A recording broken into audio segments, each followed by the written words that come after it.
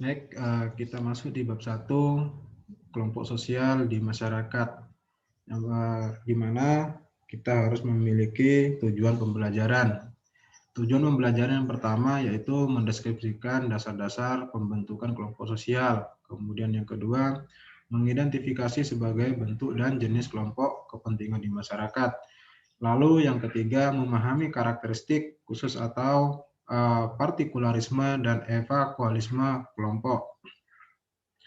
Mendeskripsikan dinamika kelompok sosial. Kemudian yang terakhir, memahami pola hubungan antar kelompok dalam masyarakat,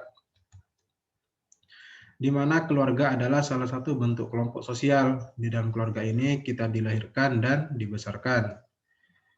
Baik, lalu di dasar-dasar pembentukan kelompok sosial. Yang pertama, hakikat kelompok sosial. Kelompok sosial itu adalah kumpulan individu yang memiliki hubungan dan saling berinteraksi sehingga mengakibatkan tumbuhnya rasa kebersamaan dan rasa memiliki. Lalu syarat-syarat dan ciri kelompok sosial menurut Surjono Sukanto. Yang pertama, adanya kesadaran sebagai bagian dari kelompok yang bersangkutan. Yang kedua, ada hubungan timbal balik antar anggota yang satu dengan yang lain dalam kelompok itu. Lalu yang ketiga, ada suatu faktor pengikat yang dimiliki bersama oleh anggota-anggota kelompok sehingga hubungan di antara mereka bertambah erat. Faktor tadi dapat berupa kepentingan yang sama, tujuan yang sama, ideologi politik yang sama, dan lain-lainnya. Lalu ciri-ciri kelompok sosial. Yang pertama, kelompok sosial itu adalah satu kesatuan yang nyata, dapat dikenal dan dapat dibedakan kelompok sosialnya. Lalu yang kedua, di mana setiap anggota kelompok sosial merasa memiliki kepentingan yang sama dan mempertahankan nilai-nilai hidup yang sama. Yang ketiga, tiap kelompok sosial memiliki struktur sosial. Dalam hal ini memiliki kedudukan tertentu. Tiap anggota kelompok sosial memiliki peran-peran yang berbeda. Lalu yang kelima, di mana tiap kelompok sosial memiliki norma-norma kelakuan yang mengatur peran anggota. Proses dan faktor pembentuk kelompok sosial. Manusia adalah makhluk sosial yang secara kodrati tidak dapat hidup tanpa orang lain. Dengan kata lain, manusia itu tidak mampu hidup apabila tidak bersama-sama dengan orang lain. Misalnya para siswa, guru, dan pengurus suatu sekolah merupakan bagian dari kelompok sosial yang ada di sekolah. Faktor pembentuk kelompok sosial yang pertama adalah kepentingan yang sama, kemudian pertalian darah atau keturunan yang sama, kemudian daerah atau wilayah yang sama. Lalu di mana berbagai bentuk dan jenis kelompok kepentingan di masyarakat? Emile Durkheim membagi kelompok sosial itu menjadi dua, yaitu kelompok sosial yang didasarkan pada solidaritas mekanik dan yang didasarkan pada solidaritas organik. Di mana solidaritas mekanik dan solidaritas organik, sedangkan solidaritas mekanik itu adalah merupakan ciri dari masyarakat yang masih sederhana dan belum mengenal pembagian kerja. Misalnya contohnya adalah seperti suku Baduy, ya. Kemudian di solidaritas organik merupakan bentuk solidaritas yang telah mengenal pembagian kerja. Kalau dicontohkan misalnya seperti seorang petani. Lalu di mana adalah paguyuban atau patembayan. Nah, paguyuban merupakan bentuk kehidupan bersama di mana anggota-anggotanya memiliki hubungan batin yang kuat, bersifat alamiah dan kekal. Lalu untuk patembayan merupakan kehidupan publik sebagai sekumpulan orang yang secara kebetulan hadir bersama, tetapi setiap orang itu tetap mandiri. Lalu kelompok primer dan sekunder, menurut Charles itu di dalam masyarakat terdapat kelompok primer. Kelompok ini ditandai dengan pergaulan, kerjasama, dan tatap muka yang intim. Ruang lingkup terpenting kelompok primer adalah keluarga, teman bermain pada masa kecil, rukun warga, dan komunitas orang dewasa.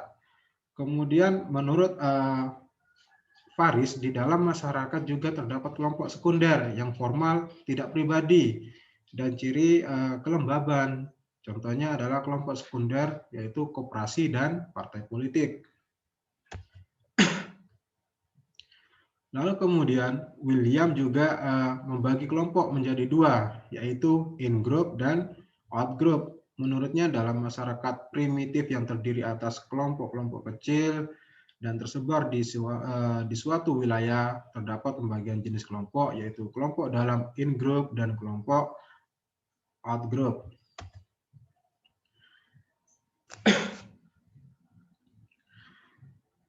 Membership group adalah kelompok di mana setiap orang secara fisik menjadi anggota dari kelompok tersebut. Itu adalah kelompok sosial yang menjadi acuan bagi seseorang secara psikologis sehingga dapat membentuk pribadi dan perilakunya. Kelompok formal dan informal. Nah, kelompok formal itu adalah kelompok yang memiliki aturan tegas, dan kelompok ini sengaja diciptakan untuk mengatur hubungan antar sesama anggota.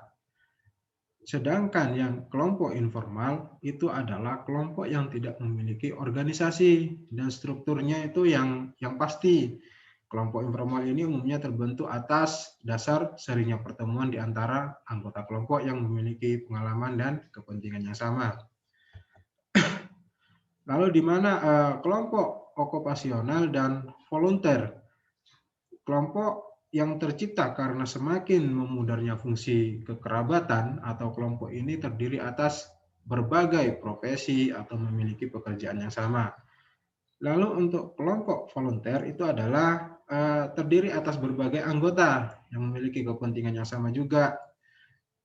Namun itu ada yang membedakan kelompok ini dengan kelompok okupasional adalah keberadaannya.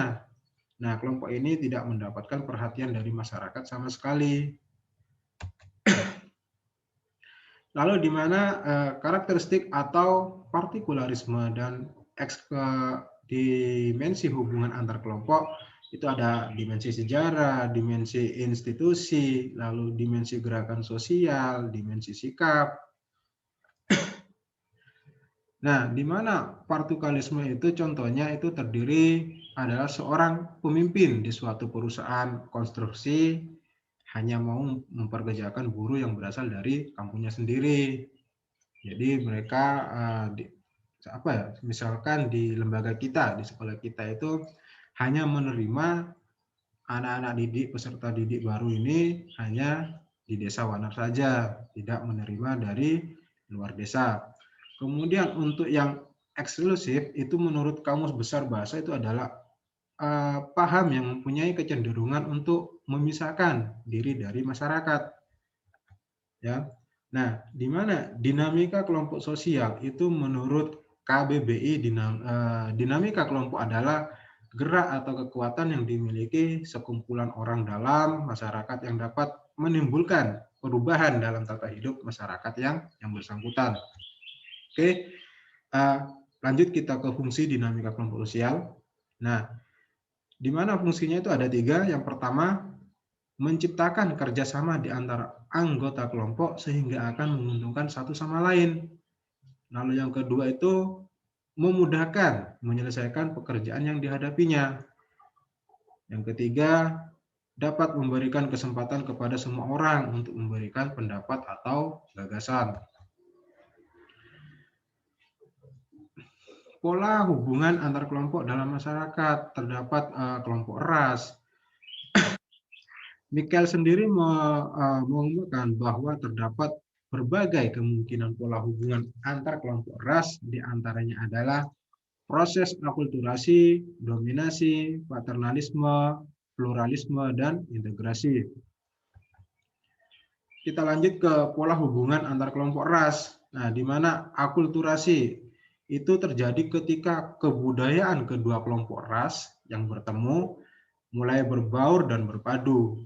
Akulturasi terjadi itu tidak hanya pada masyarakat yang posisinya sama, tetapi juga pada masyarakat yang posisinya berbeda. Lalu yang dominasi. Nah, ini biasanya terjadi jika suatu kelompok ras itu menguasai kelompok lain. Lanjut, yang paternalisme itu adalah suatu bentuk dominasi kelompok ras pendatang atas kelompok ras pribumi.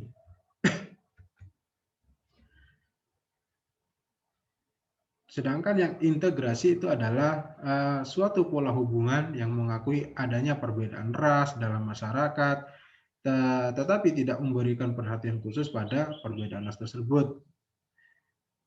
Lanjut, yang pluralisme itu adalah suatu pola hubungan yang mengakui adanya persamaan hak politik dan hak perdata masyarakat. Oke, baik. Sekiranya anak-anakku sekalian ada yang dipertanyakan masalah di pembahasan di bab 1 ini, ya. Kalau misalkan kalian ada pertanyaan, silakan tulis pertanyaannya di kolom komentar di bawah ini. Lanjut, ketemu minggu depan lagi di materi sosiologi. Kita tetap membahas di pembahasan kelompok sosial di bab 1. Saya akhiri. Assalamualaikum warahmatullahi wabarakatuh.